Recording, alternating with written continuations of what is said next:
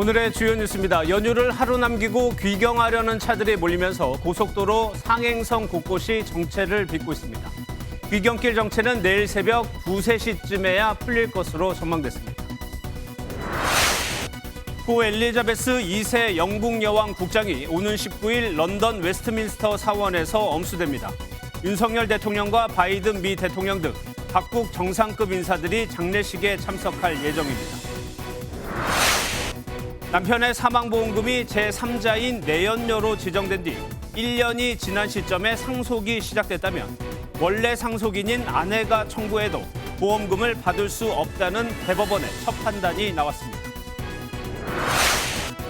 고물가 여파로 휴게소 매출 상위 10개 음식 중 절반이 1년 전보다 10% 이상 가격이 올랐습니다. 공공요금 인상이 예고돼 있고 태풍으로 농작물 생산이 감소해 추석 이후에도 물가 상승세가 이어질 전망입니다. 우크라이나의 반격으로 러시아가 동북부인 하르키우에서 사실상 철수했습니다. 자국군의 잇단 승전구에 젤렌스키 우크라이나 대통령은 이번 겨울이 전쟁의 전환점이 될 것이라고 자신감을 드러냈습니다. 네, 여러분 안녕하십니까. 추석 연휴 셋째 날입니다. 오늘도 서울로 돌아오는 차량의 정체가 심합니다. 이 정체는 8시부터 조금 풀리고 내일 새벽 2, 3시가 돼야 해소될 것으로 예상됩니다.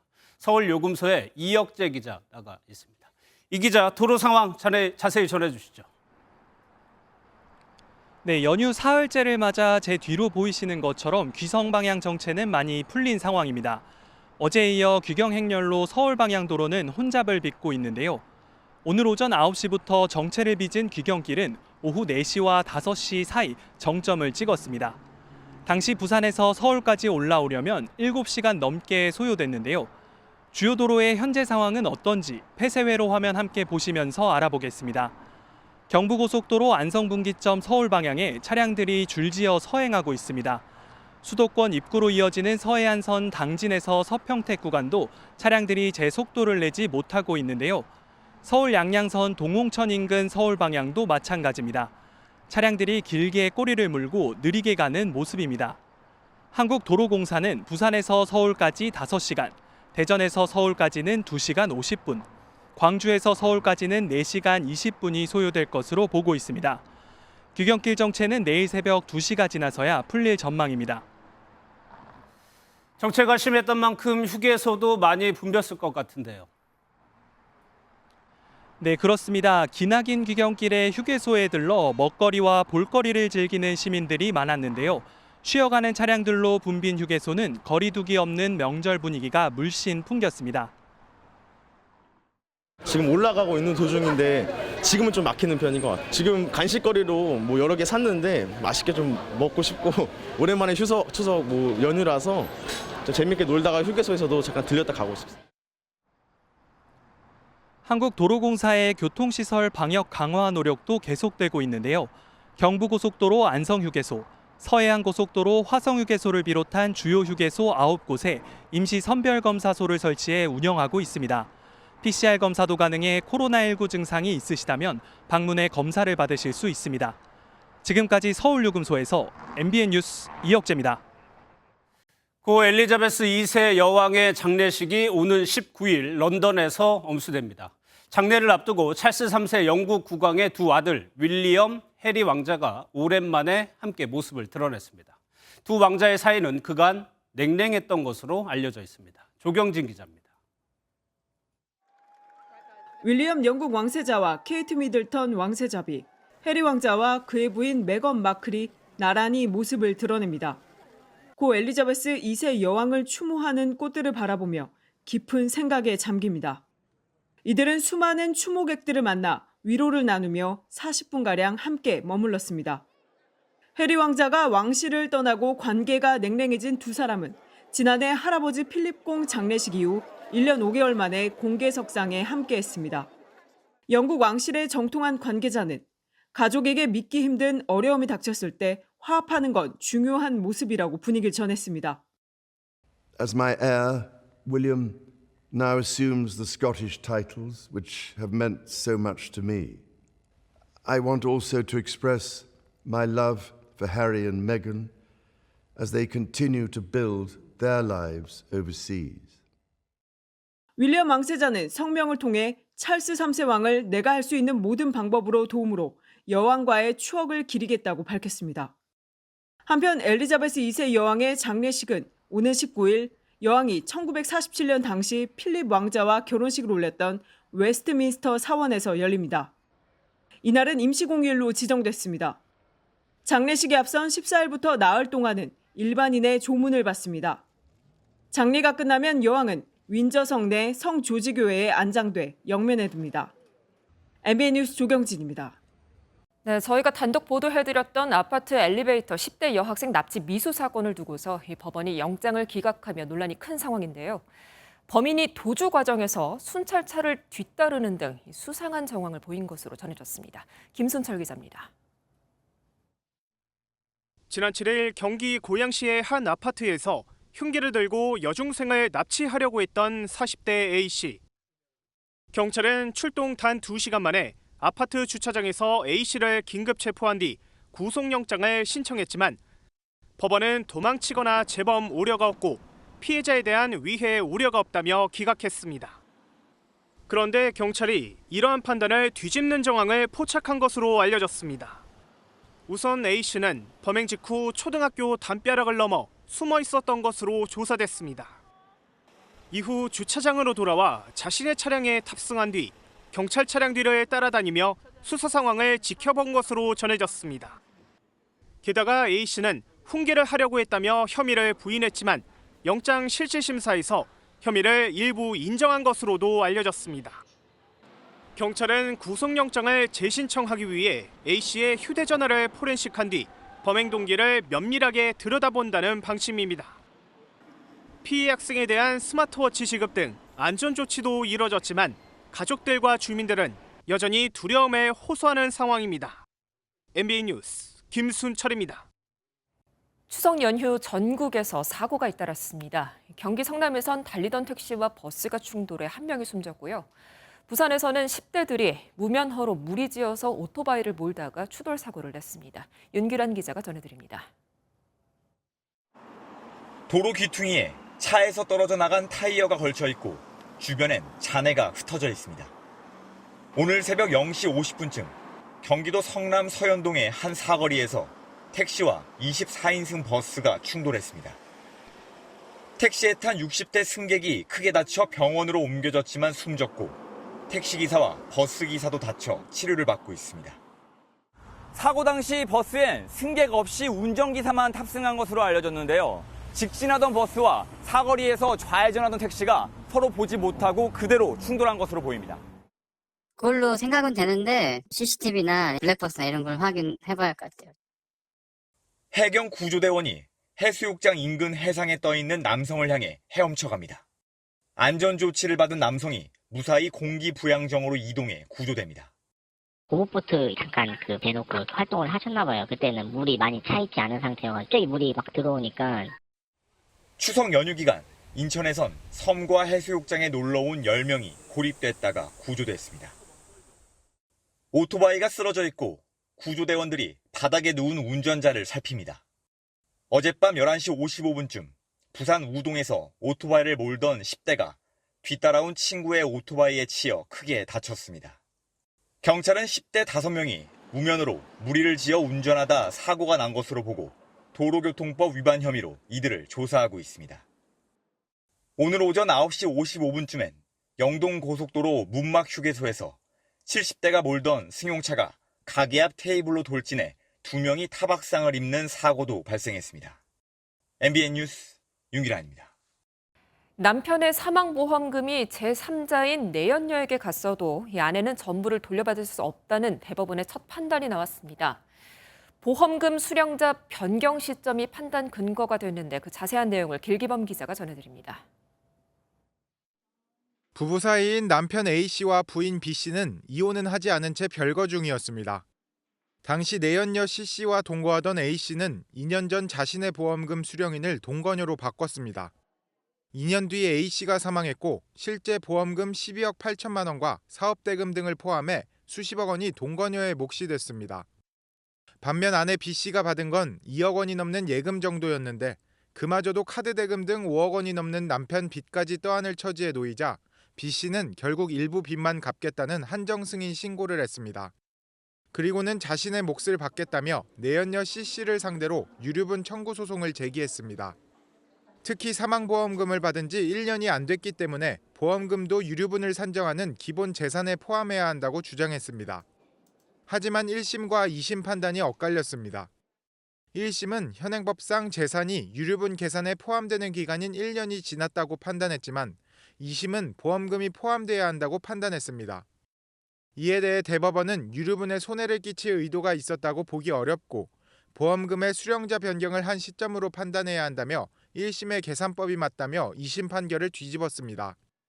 보험금을 받은 시점이 아닌 생명보험 수익자 변경 시점을 중요로 본 판결입니다. 향후 유류분 청구 소송 인용에 큰 영향을 줄 것으로 보입니다. 대법원은 사건을 다시 파기환송해 광주고등법원으로 돌려보냈습니다. MBN 뉴스 길기범입니다. 소떡소떡이 4,000원, 호두과자 5,000원, 고속도로 휴게소에서 파는 가격입니다. 1인당 한 개씩 4인 가족이면 2만 원에 가깝습니다. 휴게소라고 하면 고된 귀경, 귀성길에서 편히 쉬는 곳인데 이 정도 가격이면 마음이 편하지는 않을 것 같습니다. 안병욱 기자의 보도 보시고 추석 이후 뭐가 더 오르는지 알아보겠습니다. 고속도로 휴게소, 코로나 사태 이후 처음으로 취식이 가능한 명절 연휴를 맞아 모처럼 귀경객들로 북적입니다. 쉬는 것만큼이나 빼놓을 수 없는 게 먹거리. 그런데 이곳 휴게소도 고물가를 피해가지 못했습니다. 지난해 추석만 해도 3,000원 하던 소떡소떡은 4,000원이 됐고 호두과자 한 봉지는 5,000원으로 껑충 뛰었습니다. 커피와 라면, 핫도그도 1년 만에 두 자릿수 상승률을 보였습니다. 간식뿐만이 아닙니다. 돈가스와 우동, 비빔밥 같은 식사류도 5% 이상 가격이 뛰었습니다. 많이 올랐어요. 소떡소떡도 많이 오르고 호두과자도 많이 올랐던데요. 예년보다. 휴게소 먹거리 가격 상승은 밀가루와 달걀 등 원자재 값 상승 때문입니다. 네, 다 올랐어요. 오른 지 꽤 됐어요. 여기에 코로나19 여파가 남아있어 매출은 예전만 못하다고 상인들은 하소연합니다. 차례상부터 휴게소까지 고물가 여파가 생생하게 느껴지는 추석 명절이었습니다. MBN 뉴스 안병욱입니다.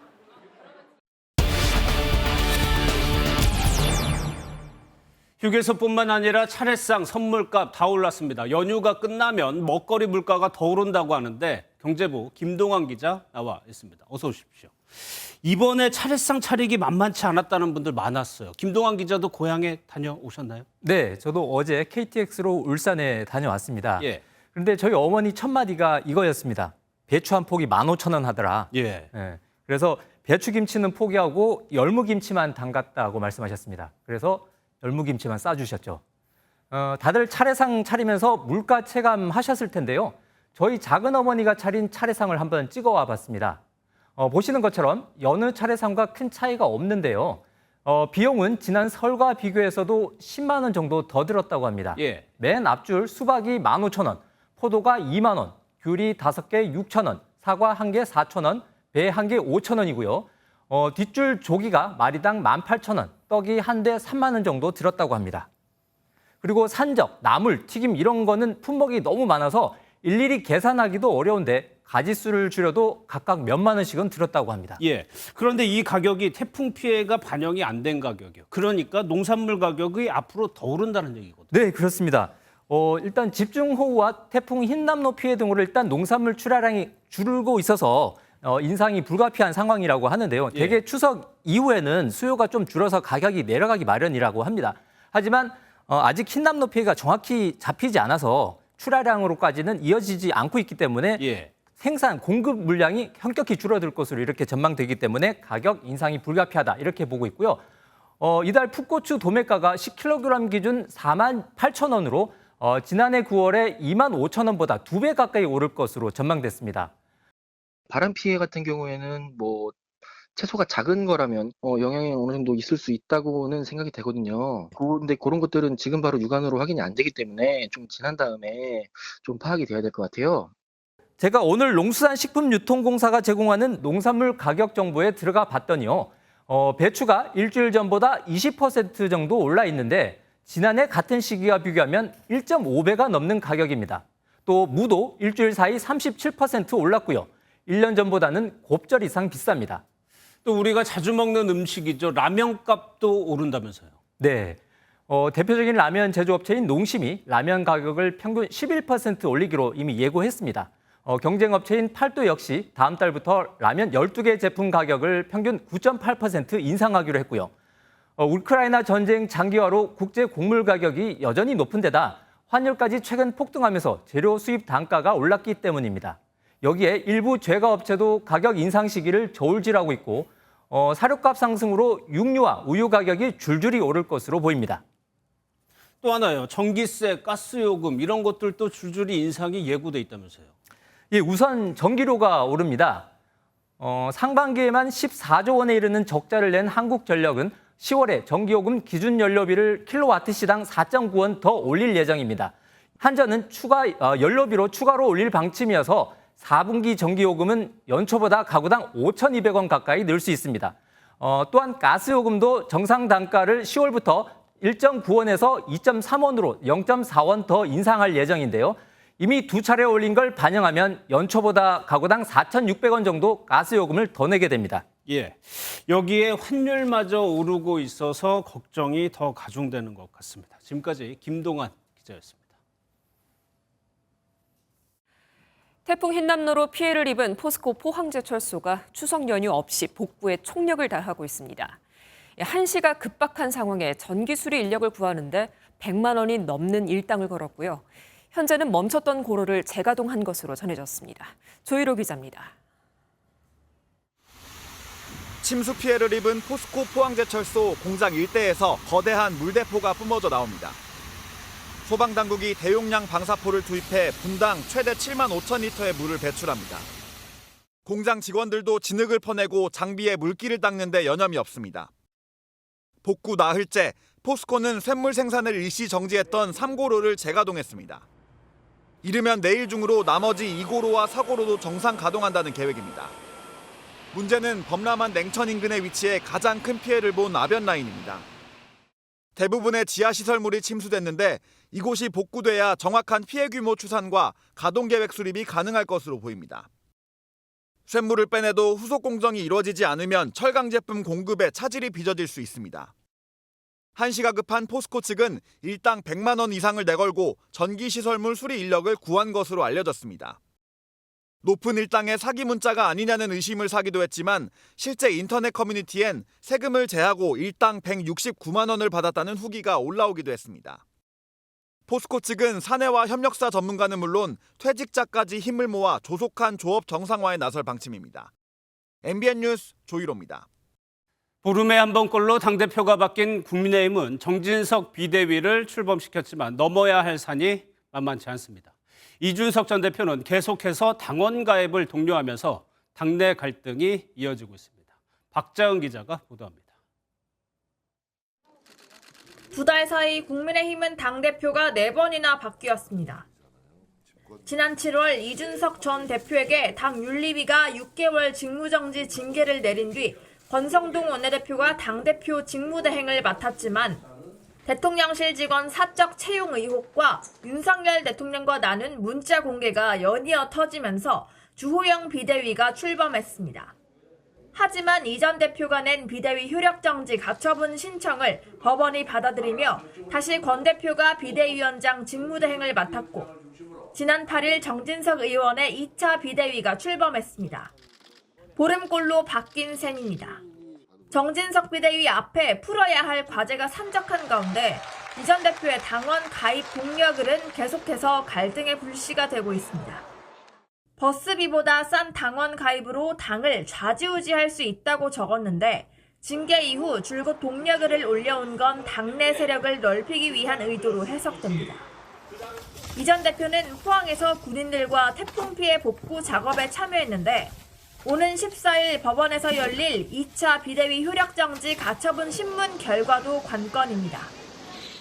비대위 시즌3는 설마 하지는 않을 것 같고요. 아마 이준석 대표 제명 카드를 조금 더 본격적으로 만지작거리지 않을까. 이 밖에 이 전 대표는 16일에 성접대 관련 의혹으로 경찰 조사를 앞두고 있습니다. MBN 뉴스 박자은입니다.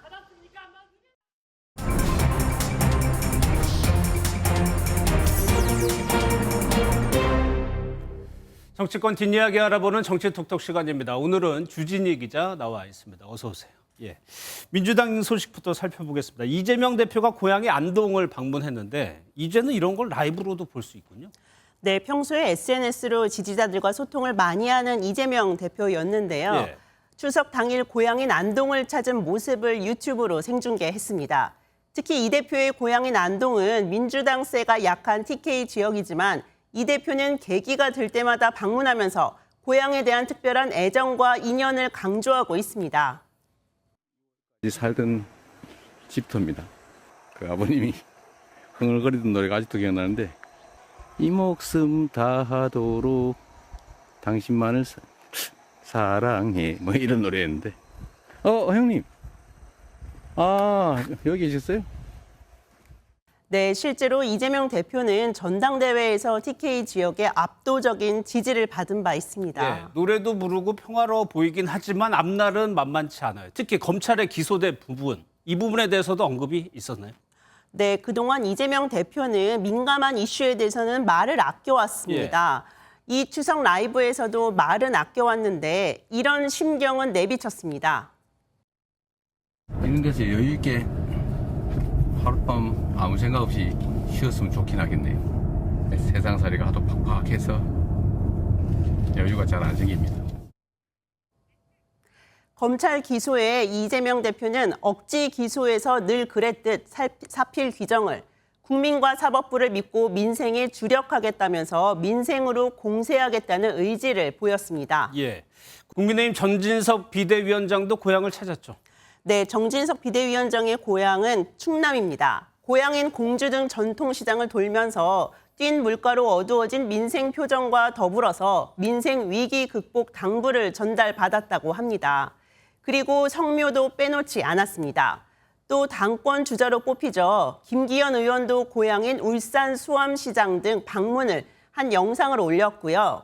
김웅 의원은 추석 인사를 하다가 인간부터 되라 한다는 그 동네 어르신의 쓴소리 영상을 올리기도 했습니다. 인간이 먼저 되고 국회의원도 하고 대통령도 하고 시장도 하고 인간부터 돼가지고 한번 해볼게요. 그런데 어르신의 쓴소리가 무색하게 정치권을 지금 벼랑 끝에 치를 하고 있는데 검찰 기소도 그렇고 김건희 특검으로도 맞서고 있는 상황이잖아요. 네, 맞습니다. 이재명 대표가 지난 6일 검찰에 제출한 답변서 내용이 5줄 정도라는 보도에 국민의힘에서는 이런 비판이 나왔습니다. 사기치는 방법도 가지가지라면서 국민들의 소매치기 하듯 속이는 배짱도 기네스북이지만 민주당도 불쌍하다고 했습니다.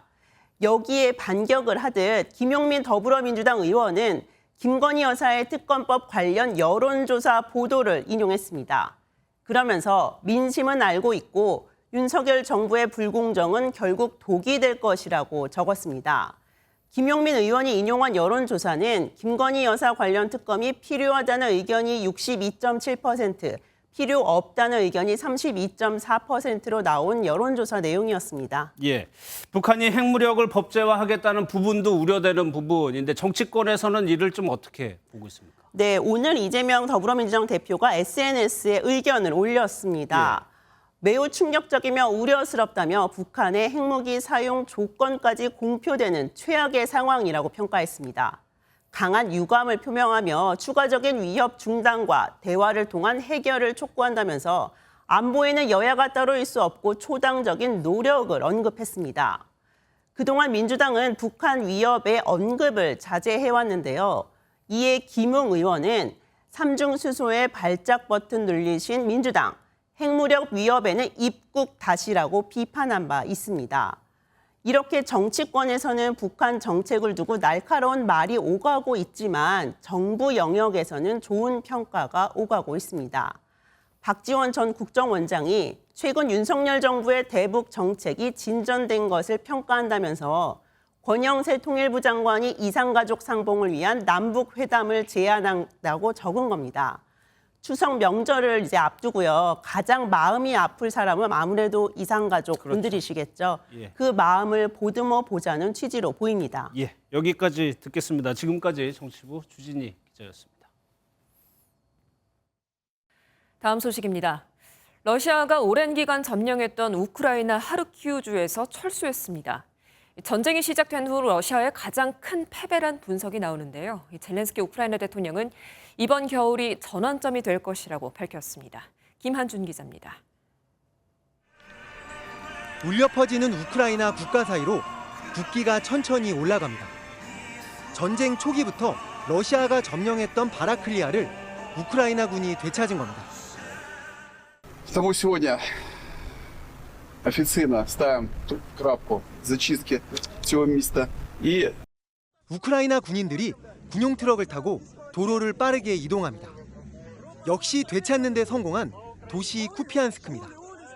며칠 새 바라클리아와 쿠피안스크 등 하르키우 핵심 도시들을 잇따라 탈환한 우크라이나군이 도네츠크주의 길목인 이지움까지 포위하자 더 이상 버틸 수 없다고 본 러시아가 하르키우주 전체를 포기했습니다. 러시아는 하르키우에 있던 남은 병력을 도네츠크로 보내 이곳을 방어하는 데 주력하겠다고 밝혔습니다. Для наращивания усилий на Донецком направлении. С этой целью в течение 3 суток проведена операция по свертыванию и организованной переброске. 젤렌스키 우크라이나 대통령은 이번 겨울이 전환점이 될 것이라고 말했고 외신들도 하르키우 철수가 러시아의 가장 큰 패배라고 평가했습니다. 이런 가운데 교전 지역 안에 있는 우크라이나 자포리자 원자력 발전단지의 가동이 중지됐습니다.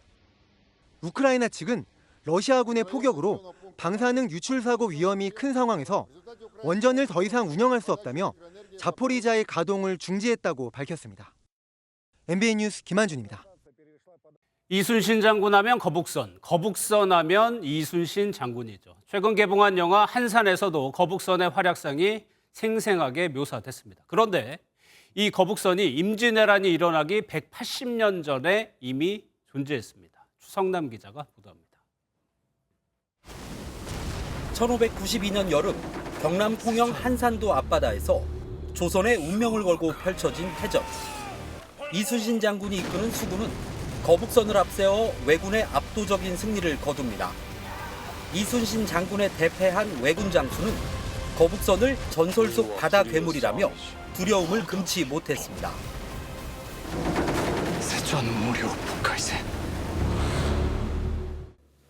그런데 거북선의 역사는 임진왜란보다 180년 앞선 태종 때로 거슬러 올라갑니다.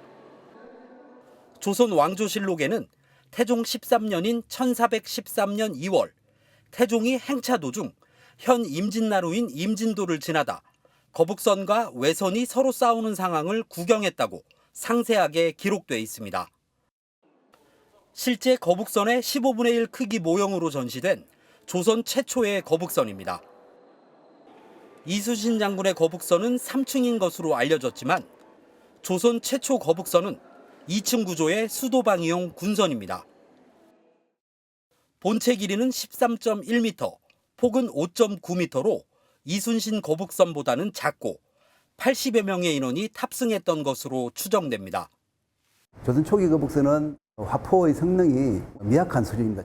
근접전에서 활 위주로 전투를 할 수 있는 그런 거북선이라면 임진왜란기 거북선은 아무래도 화포의 성능이 굉장히 발달한 그런 상태에서 만들어진 거북선이고 그 규모도 조선 초기 거북선보다 큽니다.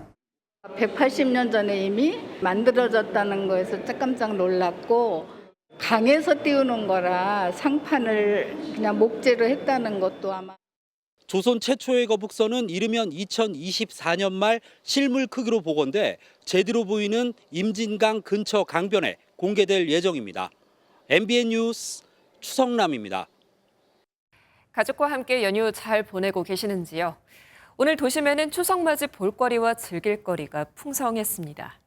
그리고 거리두기가 해제된 명절이라 시민들의 표정이 한결 편해 보였다고 하는데요. 웃음꽃 핀 모습을 강세현 기자가 전해드립니다. 연을 날리고 화살을 항아리 안에 넣고 전통놀이를 즐기는 가족 단위 나들이 객으로 공원에는 활기가 넘칩니다. 지난해 추석만 해도 야외활동 자제 행사까지 취소돼 답답한 명절을 보냈습니다. 하지만 올해는 가족들이 편안한 마음으로 야외에 나와 나들이를 즐겼습니다. 날씨도 좋고 해서 가족들하고 놀러 왔어요. 옛날에 어떻게 놀았는지 알 수 있어서 좋았어요. 한쪽에선 고사리 손으로 정성스럽게 전통 주머니를 만듭니다. 몇 년 동안 계속 그냥 집에만 있다가 오래간만에 가족끼리 나와서 이렇게 야외 활동도 하고 하니까. 놀이공원을 찾은 어린아이들의 얼굴에도 웃음꽃이 가득합니다. 추석 명절 이렇게 가족들이랑 다 같이 와서 같이 재밌는 것도 타고 이러니까 기분이 되게 좋은 것 같아요. 3년 만에 되찾은 명절 연휴, 일상의 소중함을 다시 한번 느끼는 시간이었습니다. MBN 뉴스 강세현입니다. 요즘은 인공지능 AI가 화가 더 되는 세상입니다. 실제 미술대회에서 1등을 하며 뛰어난 실력을 보이기도 했죠. 앞으로 이렇게 인간을 앞서는 일들이 많아질 텐데, 자, 그렇다면 AI 작품의 저작권은 누가 갖는 것인지 알아봤습니다. 박은채 기자입니다. 지난달 미국 콜로라도주의 미술전. 인공지능이 만든 그림이 사람이 그린 작품을 제치고 우승을 차지했습니다. I use really colorful, artistic-like words like elegant. Over 80 plus hours into this project.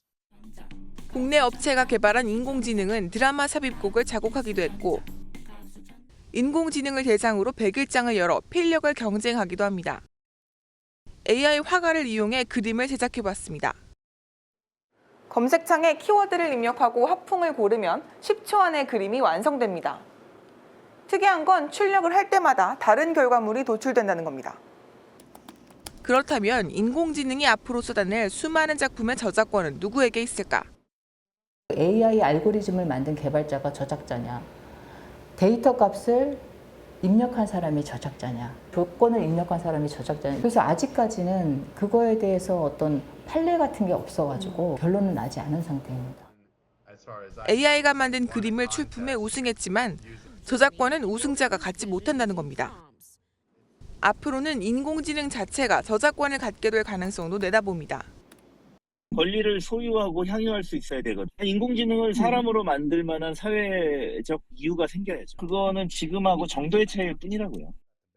수많은 인공지능 작품이 쏟아질 가까운 미래, 법적 책임과 권리를 어떻게 나눌 것인지 사회적 논의가 필요한 시점입니다. MBN 뉴스 박은채입니다.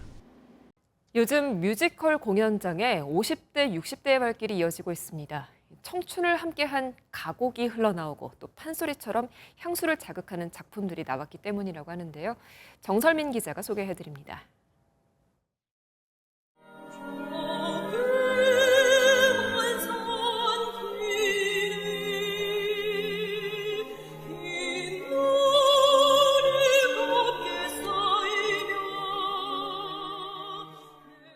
제1회 대학가곡제 대상을 차지한 눈. 40여 년이 흘러 뮤지컬로 재탄생했습니다.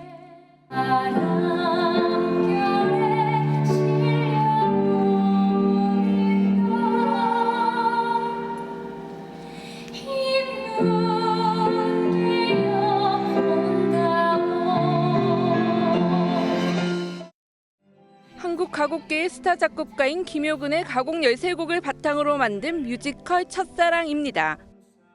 가곡이 이렇게 가사말이 아름답고 시적이고 그런지 이번에 처음 알게 됐거든요. 남녀노소 할 것 없이 좀 공감할 수 있는 가사라는 거, 그런 게 가곡의 매력인 것 같습니다.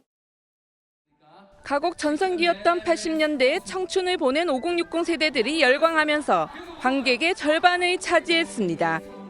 우리 젊은 분들도 레트로 감성을 간접적으로나마 느껴볼 수 있고, 또 시니어 분들은 그 화려했던 젊은 날에 빛나던 시간들을 추억할 수 있는